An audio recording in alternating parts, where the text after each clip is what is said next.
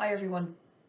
Today I intend to review the contents of a video published by the Minister for Justice Helen Mcentee on the 2nd of May 2024, where she says we need to have a frank discussion about migration.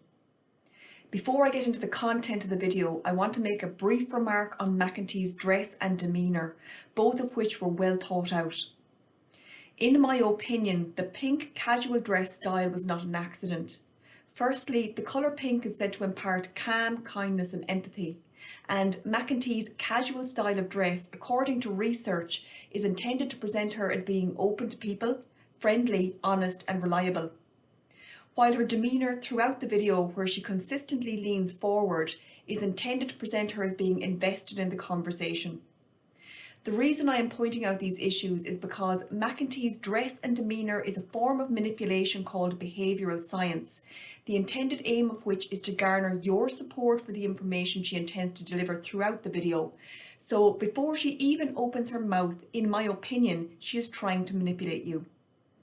Now we will review the contents of the video, which in most cases is either misleading, incomplete or incorrect.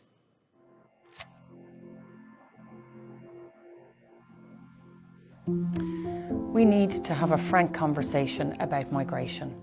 It's time to dispel some of the misinformation about the EU Migration and Asylum Pact. The Pact is an EU-wide response to migration.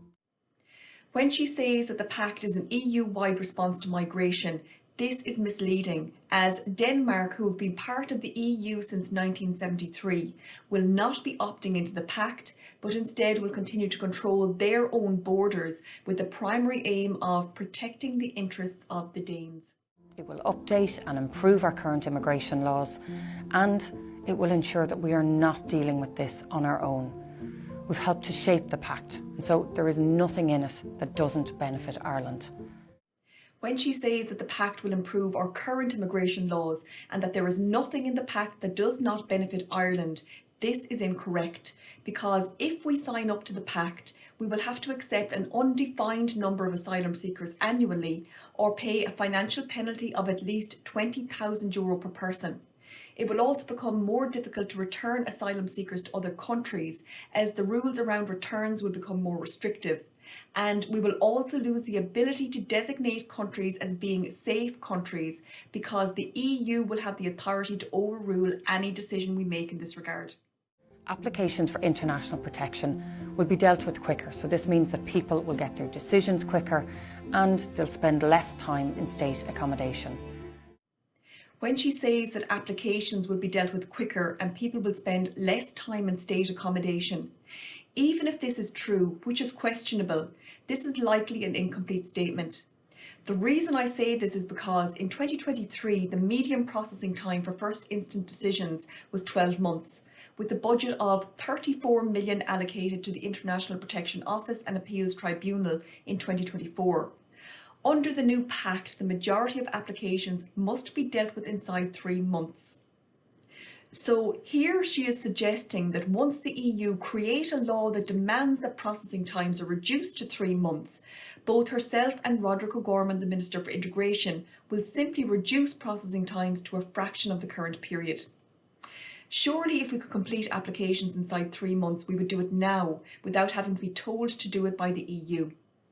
That said, it is possible that we may be able to abide by this 3-month requirement if we throw a considerable amount of money at the problem, your money, such that the budget for the IPO office would have to increase 4-fold from 34 million to 136 million, if not higher.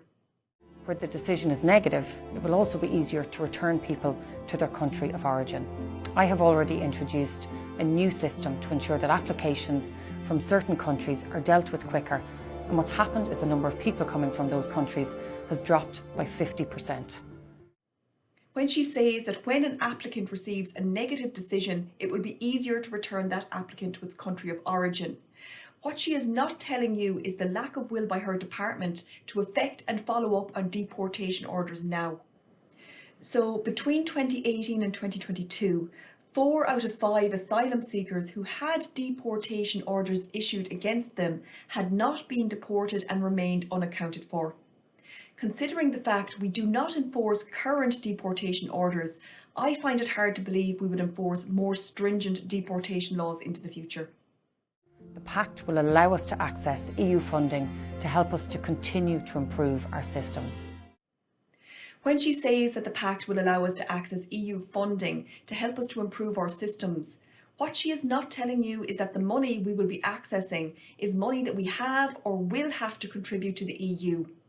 Because since 2018, Ireland has been a net contributor to the EU, meaning that we contribute more money to the EU every year than we receive.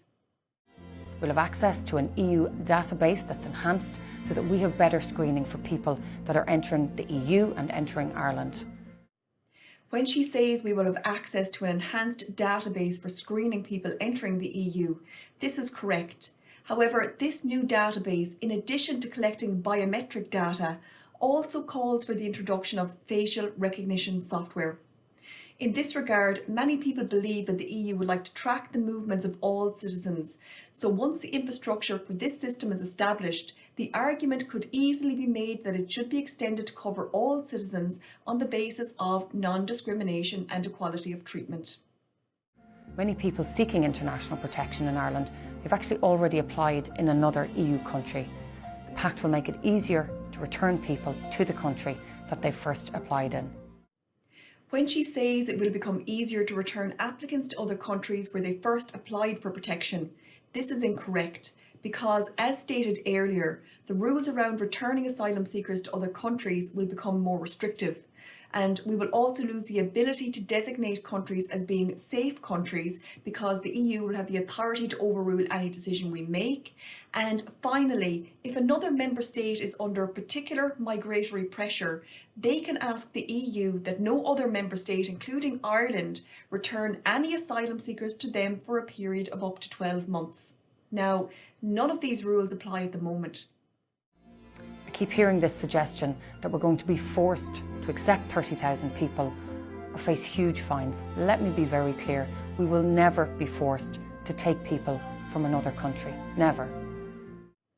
When she says she keeps hearing suggestions that we will be forced to accept 30,000 asylum seekers or face huge fines, and that we will never be forced to take any asylum seekers from another country, this is either misleading or an incomplete statement, in that she purposefully doesn't finish the sentence. So she states that we will never have to accept asylum seekers, but she doesn't confirm that in refusing to accept asylum seekers, we will not be subject to huge fines.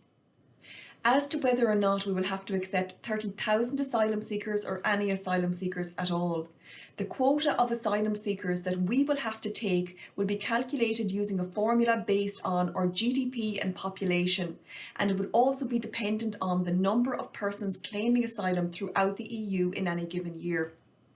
So the main concern is that when we sign up to the Pact, we don't actually know how many asylum seekers we will have to take into the future. But just to give an idea of numbers, let's do the calculation using the formula set out in the Pact.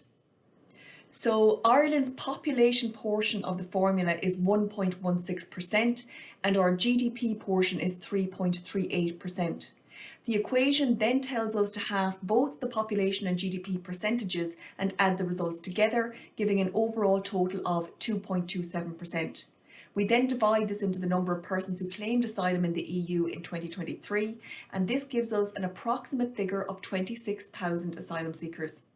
Now, this is the figure we get using the numbers of persons who claimed asylum in the EU in 2023, but this figure could, and most likely will, drastically increase in the years to come due to more wars, more climate-related claims, and frankly, because the EU has become a hotbed for economic migration. So in all likelihood, the figure of 30,000 is a very conservative estimate. Not only does she dismiss the figure of 30,000, but she also categorically states that we will never be forced to take any asylum seekers under the Pact. Well, if this is true, I would question why Article 4 of the Crisis and Force Majeure Regulation says that a member state can tell the European Commission that the only solidarity mechanism that will solve their migration problem is for other member states, like Ireland, to take in some of their asylum seekers. The regulation then goes on to say that Where a member state makes this request, the European Commission can consider this request when they are making their binding decision. Now, if we will never be forced to accept any asylum seekers under the Pact, I genuinely don't understand the reason for including this provision at Article 4. The Pact will help us to address the key inefficiencies in our system, but if we don't opt in, we will become the weak link in Europe. When she says that if we do not opt into the Pact, we will become the weak link in Europe. This statement is true but misleading. And by this I mean we will become the weak link to Europe because we won't be able to be exploited by the EU in that they won't be able to force us to accept a quota of asylum seekers every year or pay hundreds of millions of euros in penalties. And this would put extra burden on other member states. So this would make Ireland a weak link to Europe by protecting the interests of Ireland. And the numbers arriving will most definitely increase. When she says that if we do not opt into the Pact, the number of persons arriving here will most definitely increase. There is no evidence to back up this statement, and at this point it would appear that she is simply making things up. In fact, some TDs have pointed to the fact that Denmark, who will not be opting into the Pact, already have lower levels of asylum than Ireland, and they have independently managed their own asylum system for years. We cannot deal with what is a global challenge by acting alone. When she says we cannot deal with our own immigration issues, this is honestly the most concerning statement she has made from an internal governance and security perspective. In this regard, she attempts to lessen the obvious incompetence of her department and the government by saying we cannot deal with a global problem alone.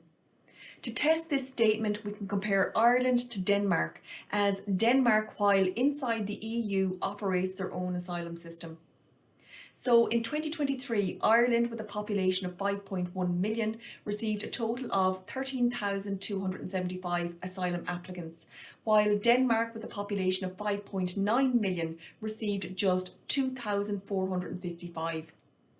Also, between 2015 and 2022, Ireland ordered 8,840 non-EU citizens to leave the state, whereas Denmark, during the same period, ordered 27,290 to leave the state.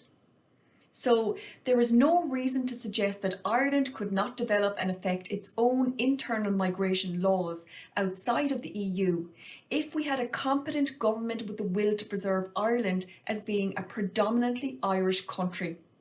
But to be clear, we don't. So in deciding whether or not to accept the information in Fine Gael's video as being true and accurate, I would ask you to please look at their track record. And in this regard, you only have to look back as far as March of this year with regard to the referendums, noting that some weeks after the referendum, information came out which confirmed that Fine Gael, Fianna Fáil and the Green Party had been lying to the people with regard to the consequences on immigration if a yes vote had been successful. Personally, I believe very little that this government says anymore, because it appears to me that they are no longer working in the interests of the Irish people, but instead they appear to be working to satisfy the interests of the EU. Thanks for listening.